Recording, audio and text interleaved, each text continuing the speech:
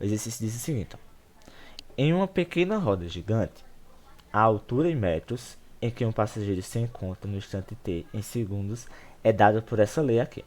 Então veja, estou somando 6, multiplicando 4 e tenho seno desse argumento aqui.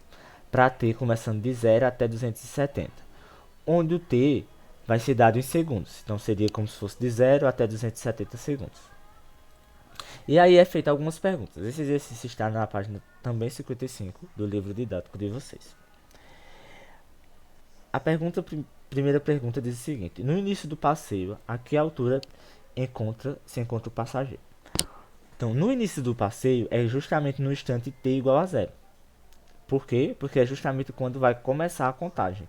É no instante t igual a zero. Então, a gente vem e substitui, nesse primeiro item, a gente substitui o valor de t igual a zero e descobre o valor de h de t. Vamos lá. Substituindo t igual a zero, então eu vou ficar, ó, h de 0 igual a 6 mais 4 vezes... Quando eu colocar o zero aqui no lugar de t, zero é tudo isso. Então fica o seno de zero. E o seno de zero é o próprio zero. Então a gente só vai ficar com 6. Então essa altura seria 6 metros. Certo? A altura em que ele começou o início do passeio. Portanto, no início do passeio, o passageiro encontra-se a 6 metros. Então essa primeira questão era simplesmente substituir o valor de t igual a zero. Item B. A que altura se encontra o passageiro após 9 segundos do início? Use raiz de 2 como aproximadamente igual a 1,4. Então, ele quer saber se no outro exercício a gente calculou o instante t igual a 0, agora a gente vai calcular o instante t igual a 9.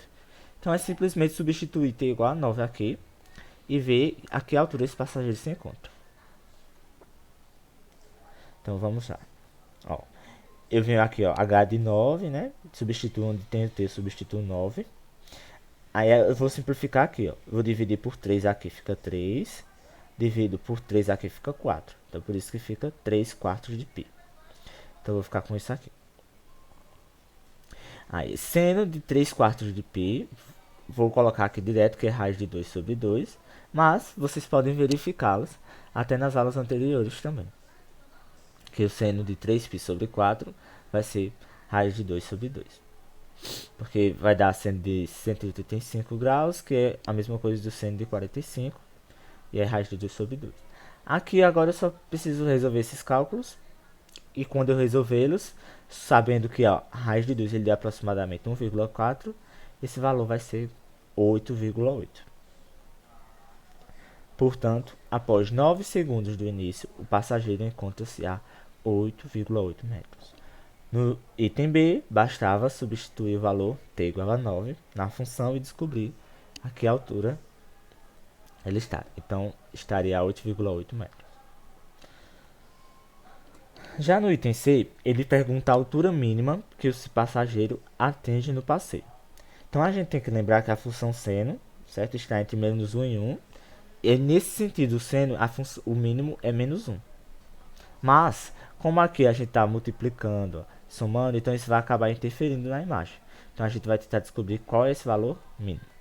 Vamos lá. Ó, basta observar aqui. Ó, o seno está entre menos 1 e 1. Aqui eu multiplico por 4, ó, novamente, assim como a gente fez em questões anteriores. Multiplico por 4 aqui tudo, ó. Então eu fico com isso. E depois eu vou somar 6.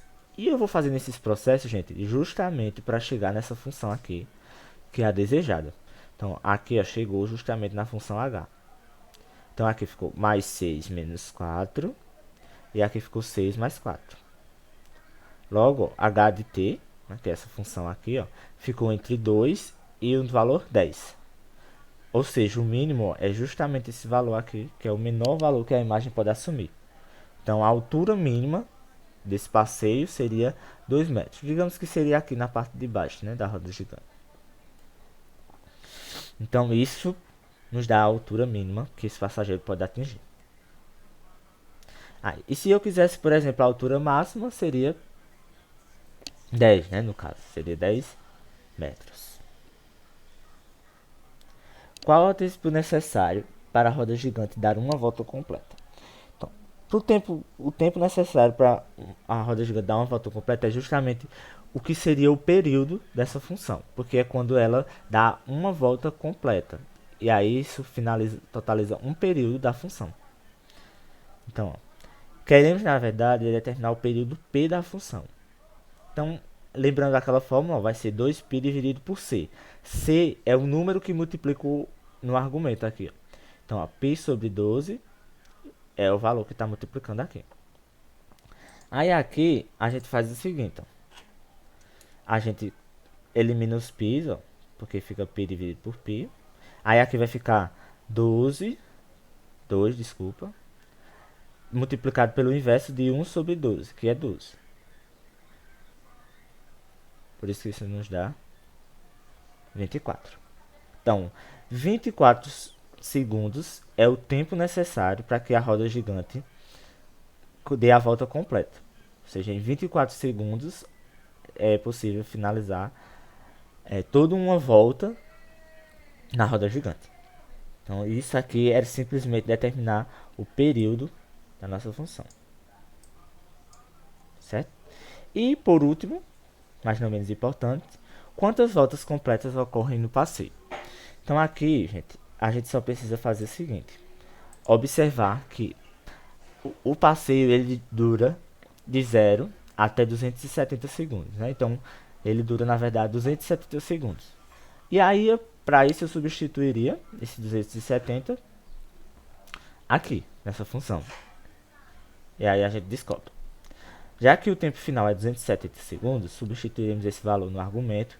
E também, ó, para facilitar, a gente vai substituir não na função completa, tá? A gente vai substituir só no argumento, para saber quantas voltas são dadas. E a gente vai substituir π por 180 também, porque fica melhor para a gente fazer. Então, ó, fica ó, π vezes 270 sobre 12, que é igual a 180, né?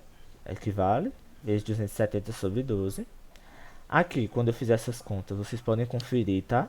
Isso vai dar 16.200 dividido por 4, porque vai simplificar aqui, né? E esse valor, na verdade, fica 4.050 graus.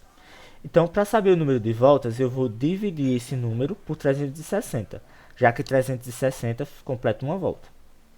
Então, divido por 360, aqui está nos dizendo que dá um número 11, deixando o resto 90. Por quê? Vamos ver rapidinho. Ó, se eu tenho 4.000, vou fazer aqui, tá? 4.050 graus dividido por 360. Então, eu pego 405 primeiro, né? Divido, dá 1. Aqui fica 360. Eu subtraio. Esse aqui vai ficar... vai ficar 5 aqui, né? Subtrair. Aqui eu pego daqui, fica 10. Aí vai ficar 45. E aqui sobra 0. E aí eu acrescento o 0 aqui, ó. Esse 0 aqui desce. E eu divido novamente, vai dar 1 de novo. Então, 11 dá 360. Quando eu subtrair, isso aqui dá 90.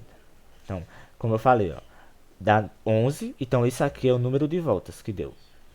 Sempre quando a gente está dividindo isso, isso aqui é o número de voltas.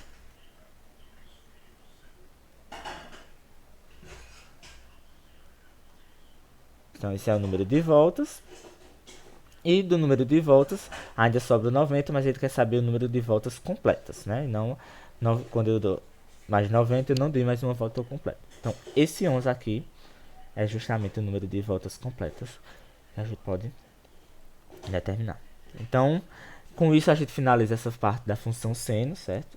Eu espero que vocês tenham entendido. Qualquer coisa podem tirar dúvida comigo. E isso é muito importante, gente, em problemas para resolver questões do Enem, questões desse tipo. Então, é bom que vocês revisem bastante, certo? Então, até a próxima segunda-feira. Guarde com suas dúvidas, qualquer coisa, para tirá-las comigo ou até mesmo por meio do WhatsApp. Tá? Então é isso, valeu.